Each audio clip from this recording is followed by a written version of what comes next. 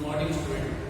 हम लोग आज जो नया चैप्टर स्टार्ट करने वाले हैं, इस चैप्टर का नाम है कंसाइनमेंट अकाउंट। तो सबसे पहले तो हम लोग ये समझेंगे कि कंसाइनमेंट होता क्या है, उसके बाद हम इसको किस तरीके से मेंटेन करते हैं, रिकॉर्ड करते हैं, वो सारे हम से बनाने वाले हैं, हम सीखने वाले हैं। तो सबसे पहले आपको कंसाइनमेंट होता क्या है इसके बारे में पढ़ना होगा कि कंसाइनमेंट होता है। तो कंसाइनमेंट एक ऐसा सिस्टम है जिसके अंदर बिजनेस का जो ओनर होता है वो डायरेक्ट कस्टमर को गुड्स सेल नहीं करता, वो किसी एजेंट को अपॉइंट करता है और वो एजेंट जो है उसका गुड्स सेल करेगा। ये जो प्रोसेस है, ये जो सिस्टम है वो क्या कहलाता है, कंसाइनमेंट कहलाता है। दोबारा सुनिएगा कि ओनर डायरेक्ट सेलिंग नहीं करता, वो एक एजेंट को अपॉइंट करता है, वो एजेंट जो उसका गुड्स सेल करेगा। अभी बात आती है कि एजेंट गुड्स को सेल करेगा तो एजेंट्स क्या फ्री में काम थोड़ी ना करेगा, एजेंट्स को सेल्स के बदले में क्या मिलेगा, उसको सेल्स पर कमीशन मिलेगा। अभी बात आती है कि हम एजेंट अपॉइंट ही क्यों करते हैं, हम खुद सेल क्यों नहीं कर लेते। तो ध्यान से सुनिएगा कि इसका हम लोग एक समझते हैं पहले कंसाइनमेंट है क्या, फिर हम लोग पढ़ने वाले एजेंट क्यों अपॉइंट करता है, ये सारी चीजें हम लोग पढ़ने वाले हैं। जैसे मान लो हमारा जो बिजनेस है वो राजस्थान में है, राजस्थान में हमारा बिजनेस है, किसी भी अपने जो डिस्ट्रिक्ट में मान लो राजस्थान में अपना बिजनेस है, ठीक है। हमारा जो प्लांट है उसकी जो कैपेसिटी जो हम लोग बोल सकते हैं कि वो कितने यूनिट प्रोसेस कर सकता है या प्रोड्यूस कर सकता है। तो मान के चलो यहाँ पर वो जो है 1 लाख यूनिट हमारा जो प्लांट है उसकी कैपेसिटी कितनी है कि जब हम उनको यूज में लेते हैं, अपने जो भी रिसोर्सेस है उनको जब यूज में लेते हैं तो जो प्लांट है वो कितनी यूनिट प्रोड्यूस कर सकता है, वो है 1 लाख यूनिट। हम लोग जो है मैक्सिमम जो है इतनी यूनिट प्रोड्यूस कर सकते हैं। अब होता क्या है कि हम मार्केट की डिमांड के अकॉर्डिंग हमारे जो जिस एरिया है या जिस टेरिटरी में हम लोग कुछ बिजनेस कर रहे हैं, टेरिटरी का मतलब है जिस भी क्षेत्र में हम यहाँ पर चूरू क्षेत्र में, चूरू डिस्ट्रिक्ट में कुछ सेल कर रहे हैं, तो जिस भी डिस्ट्रिक्ट में हम लोग कुछ सेल कर रहे हैं वो उसकी टेरिटरी एरिया है। उस एरिया में जितनी डिमांड होगी हम उतनी यूनिट क्या करेंगे, बनाएंगे। अब ऐसा तो है नहीं कि डिमांड तो हो रही है 80,000 की और हम बना रहे 50,000, ये डिमांड हो रही है 50 की और हम बना रहे 80,000, ऐसा नहीं होने वाला। जितनी डिमांड होने वाली है उसके अकॉर्डिंग हम क्या बनाते हैं, यूनिट प्रोड्यूस करते हैं। जैसे मान लो मार्केट में जो डिमांड चल रही है 60,000 की, या जितनी हमारे प्रोडक्ट की डिमांड होती है हम उतनी ही बनाएंगे, अपनी कॉस्ट को ज्यादा नहीं बढ़ाएंगे। हम ऐसा तो है नहीं कि पूरी की पूरी जितनी हमारी कैपेसिटी है उतनी हम लोग यूनिट प्रोड्यूस करके अपने गोडाउन में स्टोर करने वाले हैं, ऐसा नहीं है। हम अपनी मार्केट की डिमांड के अकॉर्डिंग अपनी यूनिट के प्रोड्यूस को कम और ज्यादा करते हैं। अभी हम कितनी यूनिट प्रोड्यूस कर रहे हैं, 60,000। अब कोई भी सेलर जो होता है, कोई भी बिजनेस का जो ओनर होता है वो चाहता है कि उसकी सेल्स क्या हो, इंक्रीज हो। सेल्स इंक्रीज होगा तो प्रॉफिट इंक्रीज होगा। अब यहाँ पर ध्यान से सुनिएगा कि जो राजस्थान का जो बिजनेस जो ओनर था उसको कहीं ना कहीं एक एडवाइस मिली, किसी ने उसको एडवाइस दी कि आप जो प्रोडक्ट बना रहे हो उसकी डिमांड हरियाणा में, हरियाणा जो एरिया है वहां पर स्टेट जो है वहां पर इस प्रोडक्ट की डिमांड काफी ज्यादा है, तो क्यों ना आप अपना प्रोडक्ट हरियाणा स्टेट में क्यों नहीं भेजते। तो इसको एडवाइस मिली कि अपना प्रोडक्ट कहाँ बेचो, हरियाणा में। हमें पता चला कि इसकी कैपेसिटी कितनी है, कितने प्रोडक्ट प्रोड्यूस हम लोग प्रोडक्शन कर सकते हैं। हमें पता चला हम 1 लाख बना सकते हैं, लेकिन बना कितना है, 60,000 बना है। तो हमें भी पता है कि हम अपने रिसोर्सेज का पूर्ण रूप से प्रयोग नहीं कर पा रहे, तो हम यानी 40,000 यूनिट और बना के बेच सकते हैं। हमें एक ऑप्शन मिला है कि यहाँ पर हमारे प्रोडक्ट्स की डिमांड काफी है, तो हम क्या करेंगे कि जितनी डिमांड वहां पर है और वहां पर प्रोड्यूस यहाँ पर करेंगे और सेल कहाँ करेंगे, हरियाणा में। अब हरियाणा में सेल करने के लिए हमें क्या चाहिएगा, वहां पर कोई पर्सन चाहिएगा।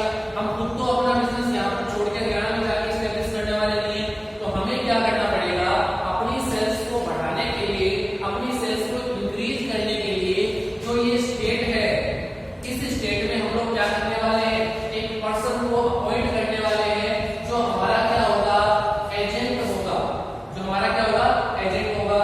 अब ठीक है, ये सारी बातें हमें समझ में आ गई कि कंसाइनमेंट क्या है, कि एक दूसरी टेरिटरी या किसी अदर स्टेट में नेशनल पर इंटरनेशनल लेवल पर अपने गुड्स को बेचना, ठीक है, वो कंसाइनमेंट है। अब बात आती है कि एजेंट हमारे लिए कार्य क्यों करेगा, वो हमारे लिए वर्क क्यों करेगा। तो ये वर्क करता है किसके लिए, पैसे के लिए। इसको क्या मिलेगा, इसको हम बोल सकते हैं वर्क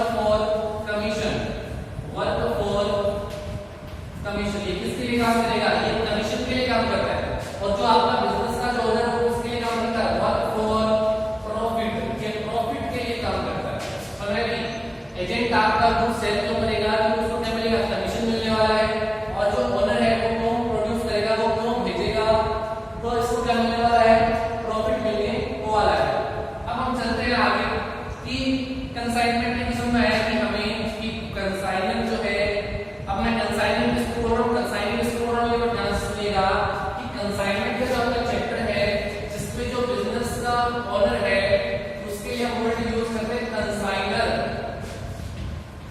उस पर्सन को हम लोग क्या बोलेंगे? कंसाइनर। और जो एजेंट है उसको नाम देंगे कंसाइनी। वो कहलाएगा आपका कंसाइनी। और ये जो सारा का सारा प्रोसेस है गुड्स सेल्स के लिए एजेंट को भेजना, ये भी ध्यान रखिएगा। अगर मैंने 40,000 यूनिट एजेंट को भेज दी है तो वो मेरी सेल्स नहीं कहलाने वाली। सेल्स कब होगी? जब वो एजेंट उसको गुड्स कस्टमर को सेल करेगा। लेकिन मेरी सेल्स नहीं होगी तो मैं केवल सेल्स करने के लिए गुड्स उसको भेज रहा हूँ।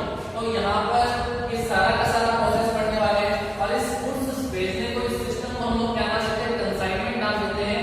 कि इसको कहेंगे गुड्स सेंट फॉर कंसाइनमेंट। कि हम सेल्स करने के लिए गुड्स जो है किसी पर्सन को भेज रहे हैं, किसी भी दूसरी स्टेट हो सकती है, ठीक है? तो वहां पर हम एजेंट अपॉइंट करते हैं। स्टेट हो सकती है, कोई भी आपका विलेज हो सकता है, कहीं पे भी हम उसको अपॉइंट करते हैं जहां पर हमारे प्रोडक्ट की क्या है? डिमांड है। वहां पर वो हमारा प्रोडक्ट बेचता है और कार्य करेगा किसके लिए? कमीशन के लिए। अब हम इसको आगे चलते, थोड़ा सा आगे लेके चलते हैं कि ये सिस्टम तो हमें समझ में आया। ये सिस्टम क्या है कि जहां पर हमारे प्रोडक्ट की डिमांड है वहां पर जो भी बिजनेस का ओनर है, जो कंसाइनर जिसको हम बोलने वाले हैं, और वो एक ऐसे पर्सन को, एक ऐसे एरिया में किसी पर्सन को अपॉइंट करने वाला है जहां पर आपके प्रोडक्ट की डिमांड काफी ज्यादा है। और वो जो एजेंट है वो आपके बिहाफ पर क्या करने वाला है? गुड्स सेल करने वाला है। अब बात करते हैं, स्टार्टिंग से तो समझते हैं। आपके जो बिजनेस का जो भी ओनर है, कंसाइनर है, वो क्या करेगा? गुड्स भेजेगा। वो गुड्स भेजेगा किसको? कंसाइनी को, एजेंट को। कंसाइनी कौन आपका? एजेंट कहलाता है। इस पूरे के पूरे प्रोसेस को क्या नाम देते हैं? इसको नाम देते हैं लोग कंसाइनमेंट नाम देते हैं। क्या कहलाता है? कंसाइनमेंट कहलाता है। कंसाइनर जो है वो गुड्स भेजेगा किसको? कंसाइनी को, किसी भी स्टेट, किसी भी डिस्ट्रिक्ट विलेज में। वो क्या करेगा? आपका गुड्स सेल करेगा। कंसाइनर को भेज रहा है, इसे पूरे प्रोसेस को कहते हैं कंसाइनमेंट। ये कार्य करता है वर्क फॉर प्रॉफिट के लिए। वर्क फॉर प्रॉफिट, ये जो कार्य करता है वर्क फॉर कमीशन के लिए, वर्क फॉर कमीशन के लिए। अब चलते हैं आगे कि कंसाइनर गुड्स भेजेगा तो क्या उसका कोई एक्सपेंसेस नहीं लगेगा? क्या उसका कोई भी एक्सपेंसेस नहीं लगने वाला है क्या? तो गुड्स जब भेजेगा तो उसमें बहुत सारे एक्सपेंसेस लगने वाले हैं, ठीक है? वो एक्सपेंसेस कौन-कौन से हो सकते हैं? सबसे पहले तो बात करें, जो गुड्स भेज रहा है उसकी खुद की कॉस्ट हो सकती है, कॉस्ट होगी। वो गुड्स ट्रांजिट कराता है कि हम इतना गुड्स भेज रहे हैं उसको, गुड्स की कॉस्ट नहीं, इसके अलावा भी बहुत सारे उसके एक्सपेंसेस लगते हैं। जैसे मान लो वो किसी भी ट्रक वगैरह में लोडिंग करवाएगा तो उसका लोडिंग का चार्जेस हो सकता है।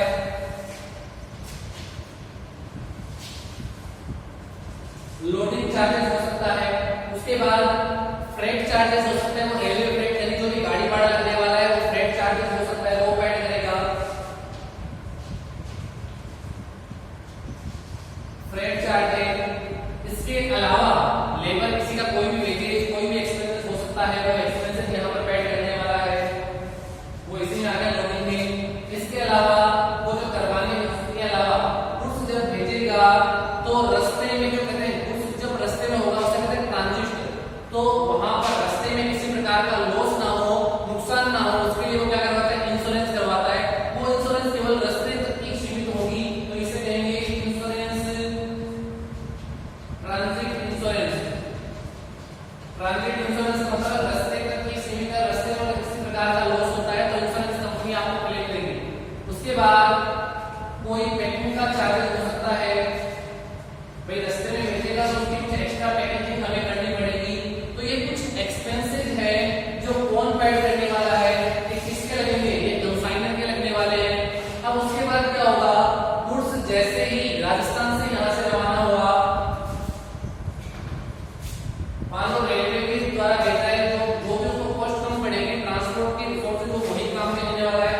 गुड्स राजस्थान से कहाँ पहुंच गया? हरियाणा पहुंच गए। अब हरियाणा में क्या होगा? हरियाणा वाला जो भी एजेंट है वो क्या करेगा?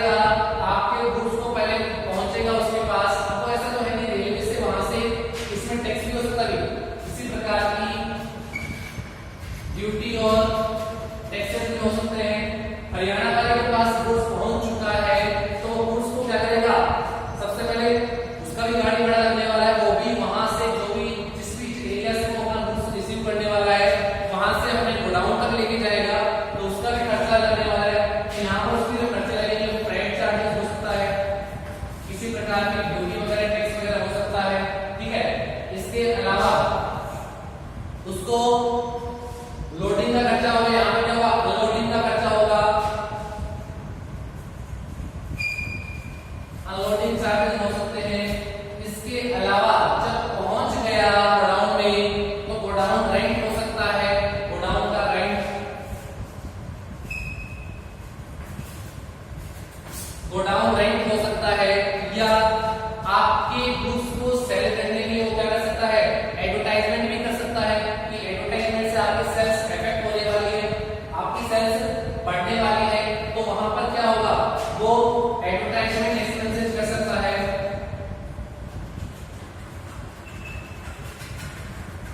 एडवर्टाइजमेंट एक्सपेंसेस कर सकता है। इसके अलावा कोई उसके सेलिंग एक्सपेंसेस, कोई भी ड्यूटी, कोई भी टैक्स या सेलिंग एक्सपेंसेस लगने वाले हैं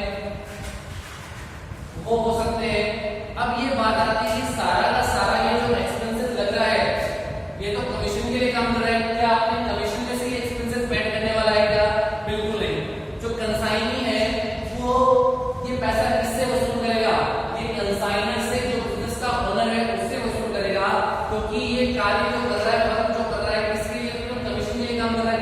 गुड्स जब सेल करेगा उस पर लगने वाला प्रॉफिट या जो भी एक्सपेंसेस है वो एक्सपेंसेस किससे कवर करने वाला है? कंसाइनर से कवर करने वाला है। या तो होता है कि ये अपने कमीशन की रेट हाई रखे जिसमें से सारे एक्सपेंसेस कवर कर ले, लेकिन ऐसा देखने को नहीं मिलता है कि प्राइस ऐसा ही होता है कि एजेंट को एक जो फिक्स रेट होती है उससे कमीशन देता है और जो भी एक्सपेंसेस होते हैं वो कंसाइनर जो है इसको पेड कर देता है, जो भी इसका खर्चा लगता है। अब बात आती है कि इसमें वर्ड पढ़ने वाले रिकरिंग और non recurring expenses.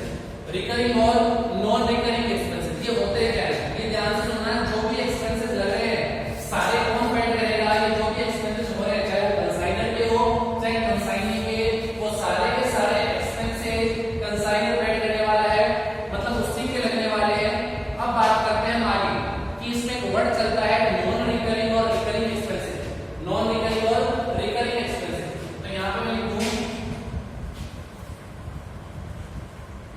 Non recurring expenses और रिकरिंग एक्सपेंसेस होता क्या है? ध्यान से सुनिएगा, ये लाइन में पॉइंट जो है नॉन रिकरिंग और रिकरिंग होता क्या है इस चैप्टर में काम आने वाला है। नॉन रिकरिंग एक्सपेंसेस जो होते हैं वो एक्सपेंसेस होते हैं जो आपके इस गुड्स ट्रांजिट पर या कंसाइनमेंट पर एक ही बार लगने वाले हैं। वो एक्सपेंसेस हमारे कौन से होंगे? नॉन रिकरिंग एक्सपेंसेस होंगे। नॉन रिकरिंग मतलब एक से ज्यादा बार नहीं लगने वाले, वो एक्सपेंसेस आपके एक ही बार लगेंगे। तो मैं बता दूं कंसाइनर का जो भी खर्चा लगा है, कंसाइनर के जो भी खर्चे लगे हैं वो एक ही बार लगेंगे। इन एक्सपेंसेस को क्या नाम देने वाले हैं? Non recurring expenses. दोबारा सुनिएगा, नॉन रिकरिंग एक्सपेंसेस वो एक्सपेंसेस आपके होते हैं जो आपके गुड्स कंसाइनमेंट पर एक ही बार लगा है। जो गुड्स आपने कंसाइनमेंट किया है, जो गुड्स आपने भेजा है उस पर एक ही बार केवल वन टाइम जो आपके एक्सपेंसेस लगते हैं वो एक्सपेंसेस आपके नॉन रिकरिंग एक्सपेंसेस होते हैं, जिसमें कंसाइनर के तो सारे आते हैं लेकिन कंसाइन के कुछ एक्सपेंसेस हो सकते हैं जिसमें ये दो एक्सपेंसेस जो हमने यहाँ तक है ये तो क्या है नॉन रिकरिंग, एक ही बार लगता है। अनलोडिंग चार्ज एक बार लगता है, फ्रेट चार्ज या कोई भी ड्यूटीज वगैरह एक बार लगती है। लेकिन जो बाकी है गोडाउन रेंट, इसी प्रकार की कोई सैलरी कोई एम्प्लॉय को अपॉइंट करता है, एडवर्टाइजमेंट एक्सपेंसेस हो सकता है, कोई भी टैक्स या सेलिंग एक्सपेंसेस हो सकता है, तो वो क्या है आपके वो एक से ज्यादा बार भी लग सकते हैं। जैसे मान लो गोडाउन रेंट है, तो गोडाउन रेंट क्या हुआ? हमने गुड्स भेजा कि एक महीने में हमारी सेल्स हो जाएगी और एक महीने हमने गोडाउन रेंट पेड किया है। अब मान लो हमारा गुड्स सेल नहीं हुआ तो नेक्स्ट मंथ क्या होगा? क्या जो भी गुड्स जो गोडाउन का मालिक हो क्या करेगा? आपसे रेंट वसूल करेगा, क्योंकि आपकी बात कितने महीने है? 1 मंथ के लिए हुई थी। एक महीने बाद ऐसा तो है वो गुड्स आपको बाहर फेंक देगा, तो उसके लिए वो क्या वसूल करेगा आपसे? गोडाउन का रेंट दोबारा भी वो आपसे लेगा और आपको पेड करना पड़ेगा। तो ऐसे एक्सपेंसेस एडवर्टाइजमेंट के द्वारा करवा सकते हो। तो ऐसे एक्सपेंसेस जो आपके एक से ज्यादा बार होने वाले हैं उन एक्सपेंसेस को हम लोग नाम देते हैं रिकरिंग एक्सपेंसेस। तो ये जो अपना चैप्टर था कंसाइनमेंट का थोड़ा सा बेसिक हमने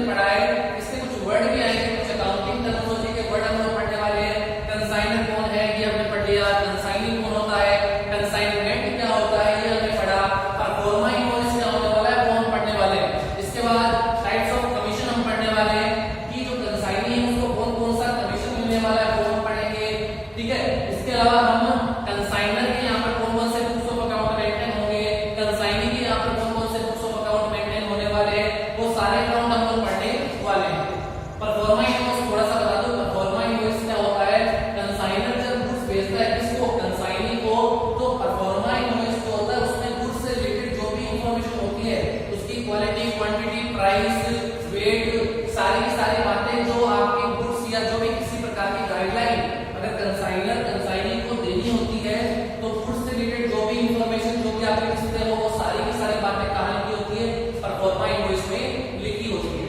तो अभी तक हमने क्या पढ़ा, कंसाइनमेंट के सिस्टम को हमने समझा कि बिजनेस का ओनर खुद सेल नहीं करता, वो एक पर्सन को अपॉइंट करता है, वो आपको क्या करेगा, उस आपके बिहाफ पर गुड सेल करता है।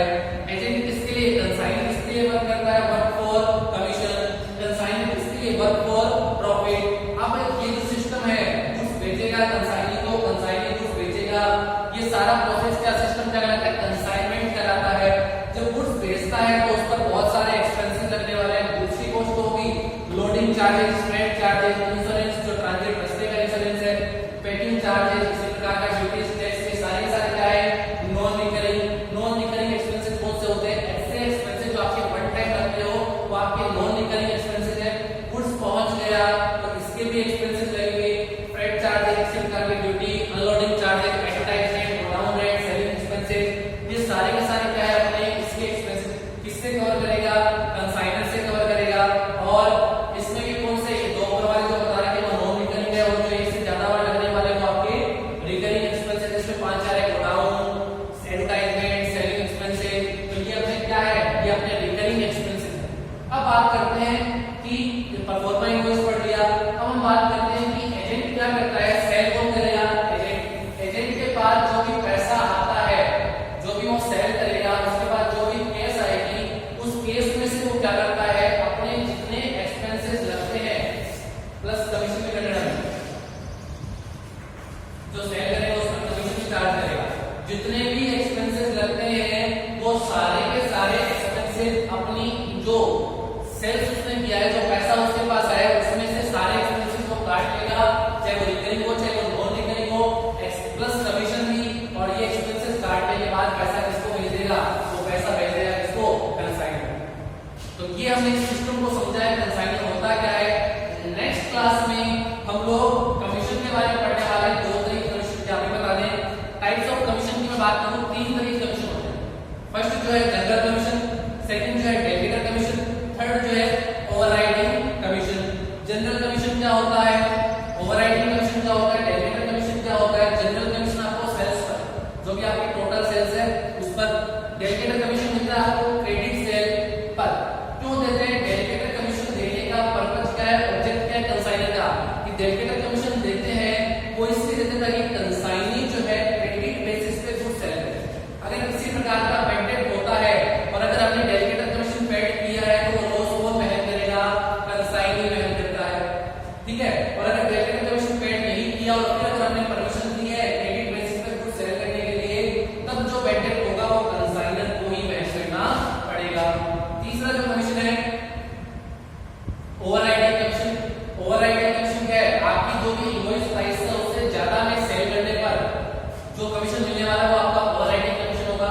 तो ये सारा नेक्स्ट क्लास में कंसाइनमेंट की डेफिनेशन, इसकी कैरेक्टरिस्टिक्स क्या होती है, ये सारी बातें हम पढ़ने वाले हैं। इन दोनों के बीच रिलेशन, एजेंट और प्रिंसिपल या ओनर का रिलेशन है, इसके बिहाफ पे गुड्स सेल करता है।